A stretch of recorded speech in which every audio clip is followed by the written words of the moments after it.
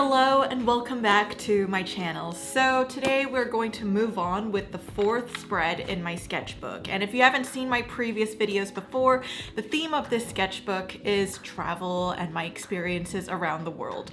As artists, I feel like, we're very imaginative and we have a lot of worlds inside our head, but in reality, a lot of the fantastical worlds we see in movies, films, and stories are usually based on places that already exist, and your glossary as an artist only expands the more that you go out there and digest all of these new things around you.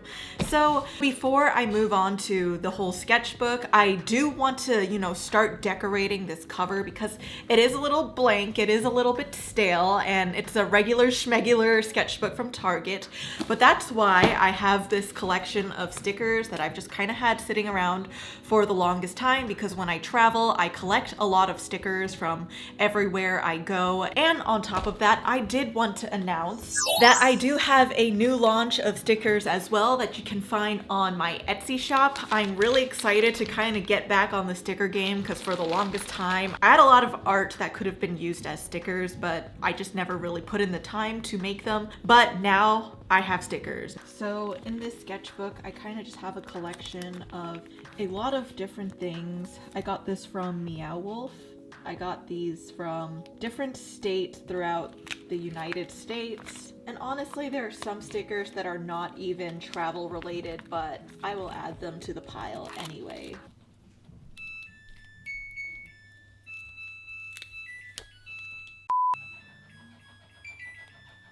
Okay, anyway, so let's start off with this Vancouver, Canada sticker because I went to Vancouver this September. This Lake Tahoe sticker from early this January. Breckenridge, Colorado, also from this January, except I think I'll put this one on the back because we already have a circle one on the front. Then we have this Aspen sticker from Colorado. As you notice, I probably go to Colorado a lot. Then I have this sticker from Kauai. Another Colorado sticker from Snowmass. This anime sticker from Meow Wolf. We're gonna have some overlapping action here. Then we have these stickers from Breathing.Tokyo, which I got from Tokyo. And I guess we are just gonna cover up this sketch because at the end of the day, this is not a sketchbook, this is an art book, and hopefully by the end of this whole sketchbook series, this will look like a collage. Anyway, I'm just gonna leave the sketchbook like this for now because I don't want to do everything all in one go, and I still have stickers from other countries and places to put on this, but let's not spoil everything and just keep this as a start. So anyway, let's get drawing with this art book. Hello and welcome to another sketchbook video, or shall I say art book video, because for those of you who missed it, in my first few sketchbook videos, I kind of talked about how this is more of an art book than a sketchbook.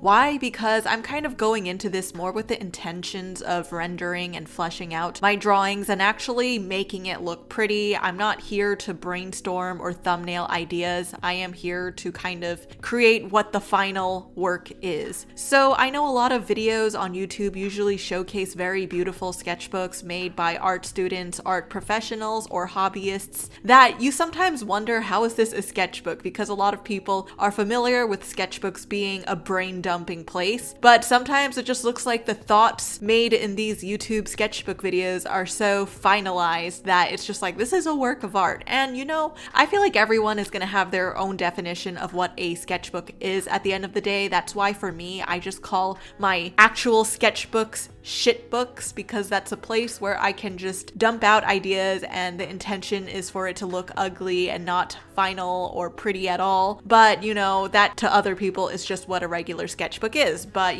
going into this sketchbook, I'm making it an art book because I want each page to come out beautiful if possible. So yeah, today's video, I'm going to be going to the airport and checking in at the front desk. I know this topic is boring as fuck, but you know, I pretty much have been making this whole sketchbook series based on the motion of traveling and, you know, exploring the world, because a lot of people might know me as primarily a person working in animation and making comics and all of that jazz, which is great. But, you know, a part of me outside of my art career is I love to venture the world and explore new places, cultures, and just get out there and see new things. So that's why I really want to dedicate this sketchbook to that. And the beginnings of the sketchbook has pretty much just been more of me just preparing for the idea of travel. Like the first spread was originally of me just loving the idea of travel. Then, you know, we get to brainstorming, packing, and here we are checking in at the airport.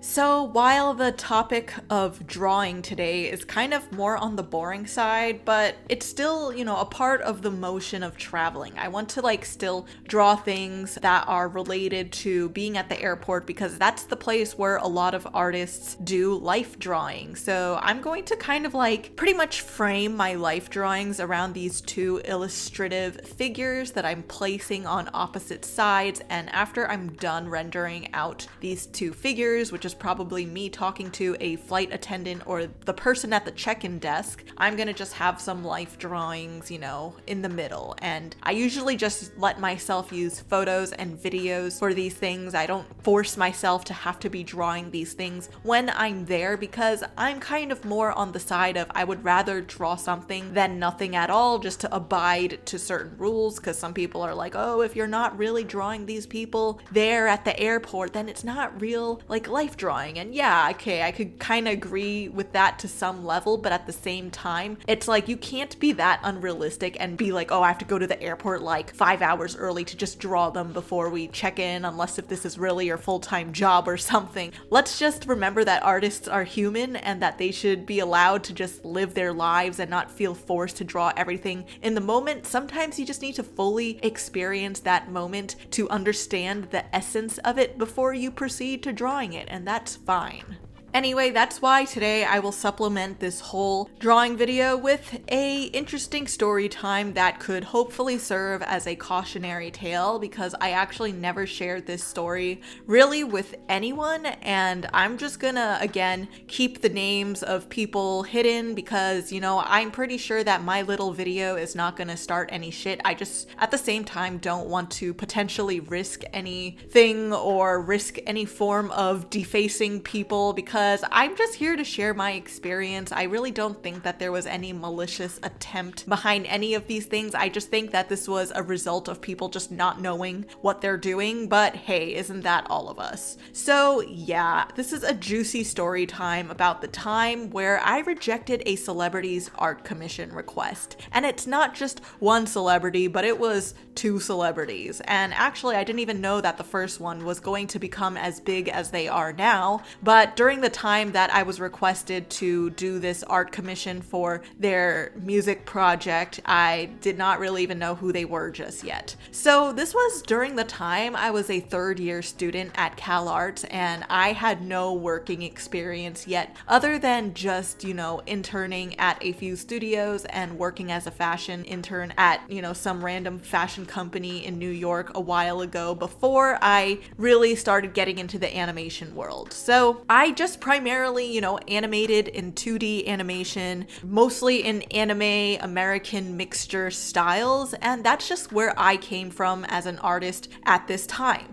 But as I was looking for work to prepare for internships or jobs over the summer, I was actually reached out to by the manager of a celebrity hip-hop artist slash rapper. And again, I'm not going to say the name, but they reached out to me via email after seeing my third-year student film, and they wanted to make me, you know, a part of their project and work on something for, you know, an upcoming album. So that's fine. Like, you know, I'm always interested in working in something involved with music. But the thing that bothered me was I just received this email with this subject title just saying animation. Like there's no capitalization, nothing, just the word animation and no more details. So I opened this email and I just see that, someone is reaching out to me and just asked if I am free for freelance work. As simple as that. They don't even go into who they are, what they do, who they're representing, and whatnot. And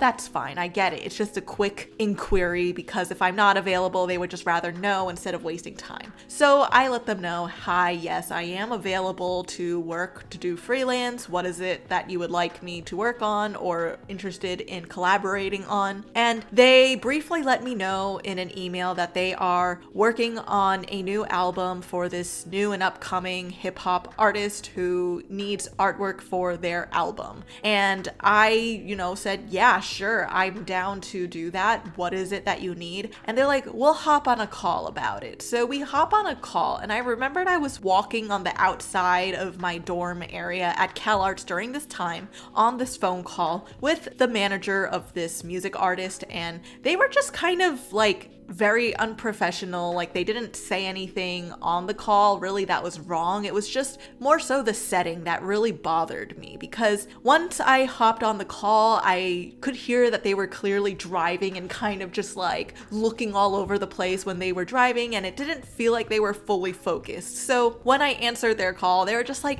hi Michelle, you just hear like car sounds in the background, and you could just kind of hear them gesturing, them checking both ways and driving somewhere, which, we all have been on a call like that, and that's fine. It happens. It just, for some reason, when you're explaining something to clearly describe this important project, I just didn't feel like this was the setting that was meant for that type of, behavior. And I get it. We're all busy, so you're probably squeezing me in before your next meeting or something like that. But at the same time, it's just, to me, it's inefficient to communicate something that way, only for me to kind of leave the call still being like, whoa, so I still don't get what they're looking for this project when that's what the call was for. So during this call, again, she's just like asking me like, yeah, so what do you do? Like, do you animate or do you draw, or is it like the same thing? And she's kind of asking me to describe what drawing and animation are and what the difference is. And I get it. I feel like a lot of people don't understand animation, but also at the same time, it just felt like a little bit too dumb of a question to ask, that I was just like, are you serious? Like, have you not like done any research on your own, or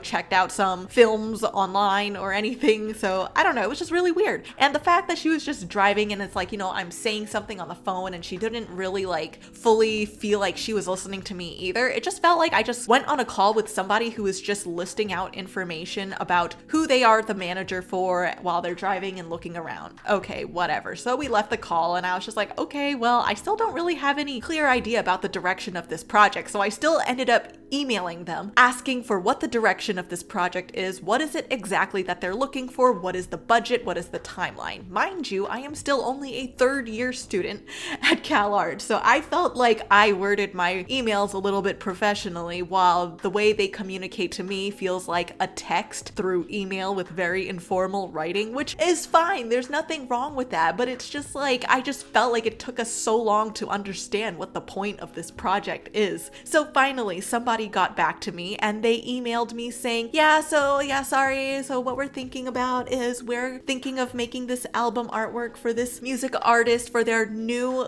latest single. And what we're going to do is we're probably going to have you work with the graphic designer to create this album artwork. And we're looking for an animated version of the album artwork, which is around 30 seconds long. And we're looking for a track list artwork. And we're looking for one simple lyric video with motion graphics based on the album artwork for one song, and 2 additional still promo assets based on the artwork, and social banners for Twitter, Instagram, Facebook, YouTube, and Snapchat. So they told me this and they're like, what's your budget for something like this? Or not even my budget. They asked, what's my rate for this. And for me, I was just like, well, I didn't really know what my rate was because I was just a student that has no idea about, what my rate as an artist is. I was still like, I don't know. So I asked like, what's their budget on this? And they never got back to me after that. I just was like, hey, I don't know what your budget is, but I just gave them a rate that is lower compared to animation union standards as I was still a student, but it's a rate that I could not believe that, a celebrity couldn't afford or something like that.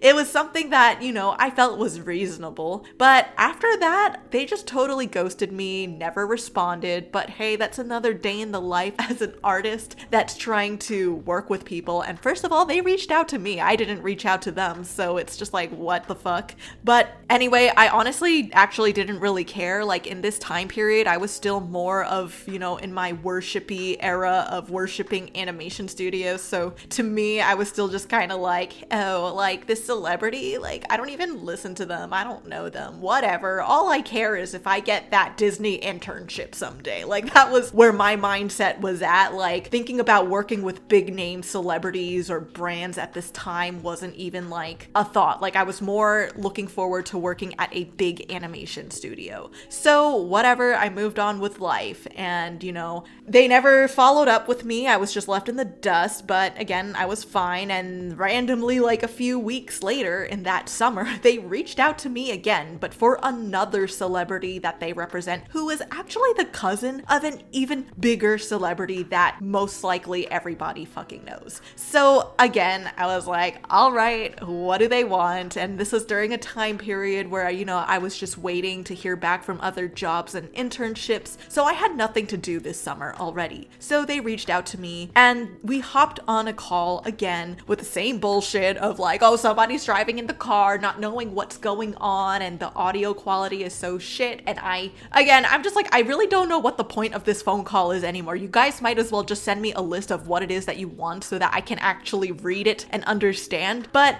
I just noticed that this is a thing that hasn't just happened to me, but other friends or people I know of who worked with other celebrities have had this experience too of talking to somebody who just seems to be very unprofessional with the way that they communicate. They just write things very quickly, like it's a text message when you haven't even gotten to the main point of the project, or you get on a call that just doesn't even help clearly describe what they're looking for. And it's just very messy, I guess. Like, I don't really think anyone had any malicious intention. It just is nobody really knows what they're doing and they're just doing what they can with the limited amount of time that they have. So whatever. I once again left a phone call being like, I literally have no idea what the fuck just happened. But okay, so eventually they actually put me on a call with the actual celebrity himself, and I spoke to him on the phone where he actually did give me a clearer idea of what it is that he wanted, but at the same time, it was clear to me that these people don't understand how animation or art work.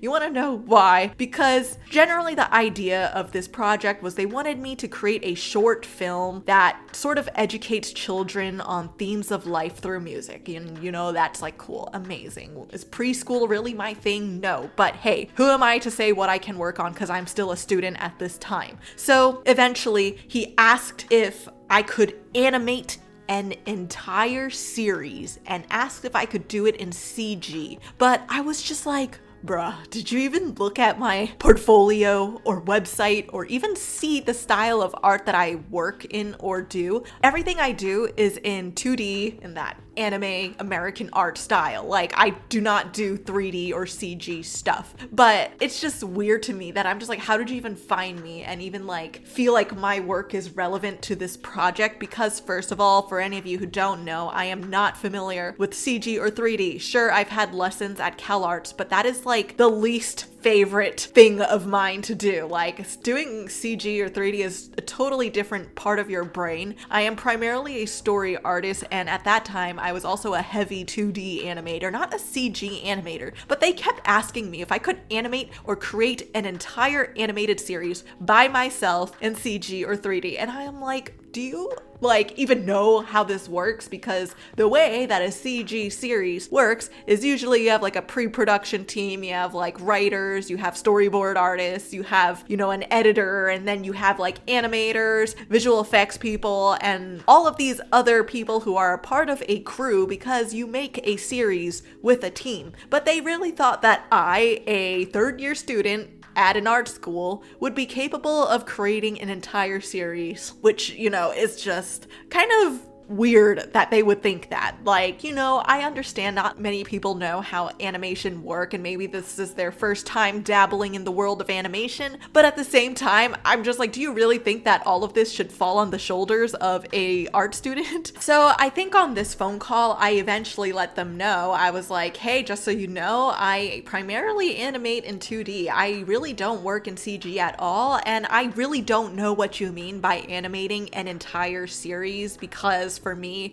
I just work like on short student films. I do storyboards and animatics. I do like short form content, but I don't create like these long, continuous, episodic series alone. Like, you know, for anyone who has been with me through my YouTube days, if you've been here since like 2011 when I just uploaded animated shorts here for fun, half of my shit was unfinished, and anytime I claimed to make my own fake anime series here on YouTube, that shit would never see the light of day. So forget me doing a whole CG animated series for, you know, some preschool like show with music involved. So that was just very interesting, and I noticed, you know, after this conversation, they never got back to me for understandable reasons, but I think after I heard what they're looking for this project, I was also just like, I really don't want to work on this, and I also don't really care about this big name being, you know, behind it either. It just was a project that did not sound like anything remotely close to what I would be interested in spending my time doing. So I think it worked for the best, and, you know, this project actually is up online, but I won't say what it is, but it actually,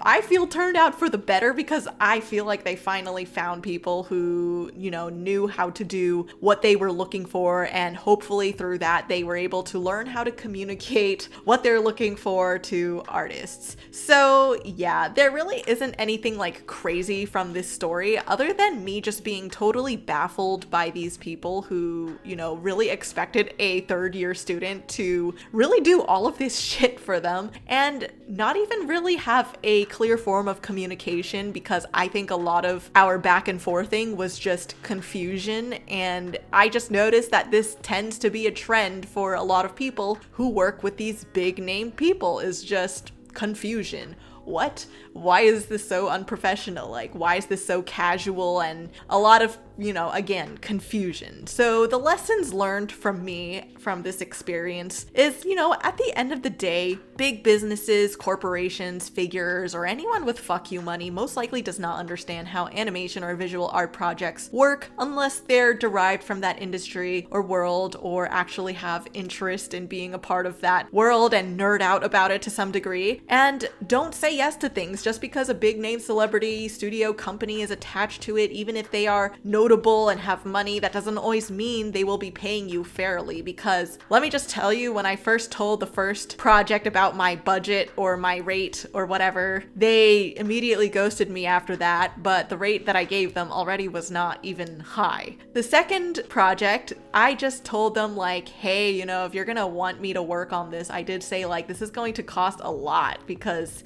you know, this is like gonna require the work of a team, and it felt like they did not really want to do that, and I don't really know what they really felt at the end of the day. This is just my assumption, but something about that, of course, you know, made them kind of think like, oh yeah. So I don't know, but hopefully they did find a team that they were able to compensate fairly. That's all I can really hope for, but you never know, because, you know, even when you do work at these big studios or companies, for some reason, they still are incapable of paying their artists fairly. So what makes a celebrity able of doing that too? So be more assertive with the communication. For me, I kind of felt like I just dealt with the level of unprofessional communication. But I think if it were me now today, I would be like, "Hey Veronica," that's just a placeholder name, "can you call me again when you are in a settled, quiet location so we can discuss the terms of this project more clearly?" Because half the time I felt like I just put up with these people just driving in their cars, looking left and right, signaling other cars, and just leaving this air of confusion and just like unprofessionalism, and it makes you feel like you're not worth their time because they're just using you at a time that's convenient for them, and for you it just only leads to more confusion and lack of clarification.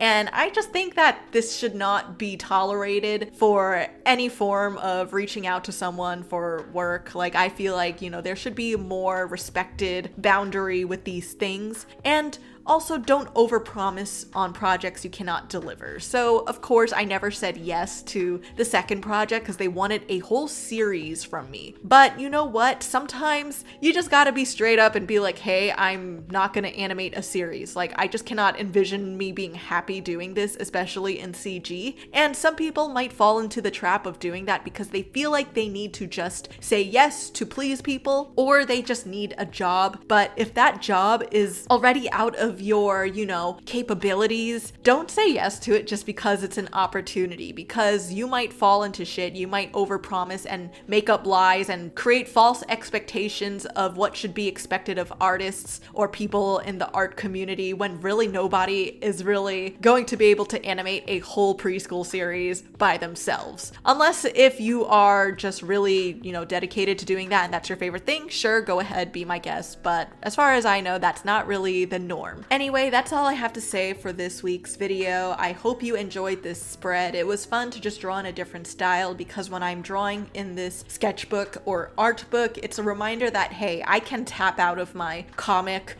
storyboarding artist style and just do whatever. So hope you enjoyed, and let me know if there are any other story times that you'd like to hear from me for future videos, or even share some of your own personal experiences down below.